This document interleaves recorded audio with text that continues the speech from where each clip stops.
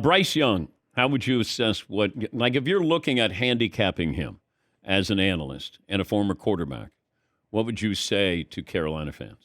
I'd say usually you have to see how a player is going to react, right? When you go through adversity like that, when people are tossing the bust word at you and saying you're a failure and all those things. How are you emotionally mature enough to deal with it? And I think Bryce Young's an incredibly mature, emotional young man. I really do. So I don't have any fear in him being able to weather it and doing well and getting better in year two, regardless of who is at the helm. My only fear is the team is awful. I mean, there's no skill position players. They have not added to it. They would have the number 1 overall pick if they didn't trade it away to the Chicago Bears. So that's my bigger issue. When you get drafted first or second or third overall, you're going to a bad team, period.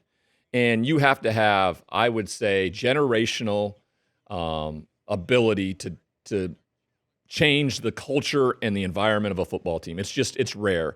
You got Joe Burrow in Cincinnati. You got Peyton Manning in Indianapolis. It's just an individual that can walk into a building and he can change the environment that he's in. And that is incredibly difficult when you don't have the skill position players. And that's where they're lacking right now. They don't have the draft picks. They don't have the money. I don't know if any coach worth his merit really wants to go there because of the ownership. Somebody's going to take it because they're going to get paid, generational wealth. And so it's a tough spot. It was tough sledding. I think C.J. Stroud probably is thanking his lucky stars that he wasn't the first overall pick a year ago. If I said to David Tepper, you could redo number 1 overall pick.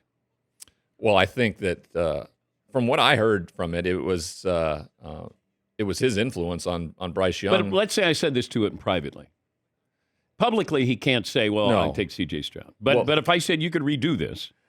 I have a question about that. Okay. I have a question around whether C.J. Stroud in that Carolina Panthers uniform is any better than what Bryce Young has been this year. That's fair. It's the team aspect of things. I understand the quarterback gets so much of the recognition, both good and both bad, when things go right or wrong. But it is a team game. It is the ultimate team game. If all 11 aren't functioning on the same level every single week, it's not going to be successful. And everything gets laid at the feet of the quarterback. I really have a problem with the idea that if you put C.J. Stroud in Carolina, they would be they'd be vying for the playoffs in the NFC South right now. Yeah, but we're making the Texans roster sound like it's a lot better than what it is. The offensive line was incredibly good to start the season. Yeah, but the skilled position, if I said they got Dalton Schultz, nobody's going, yes. I mean, and even some of these other receivers that kind of came out of nowhere, I don't know if, it wasn't like it's a Tyreek Hill and right. The Chiefs. Tank was wonderful. He got in. Nobody knew him. Well, anybody who was down in Houston knew him, but because he went to the university there. I think that C.J. Stroud makes players better. I think his skill. Who was a better quarterback?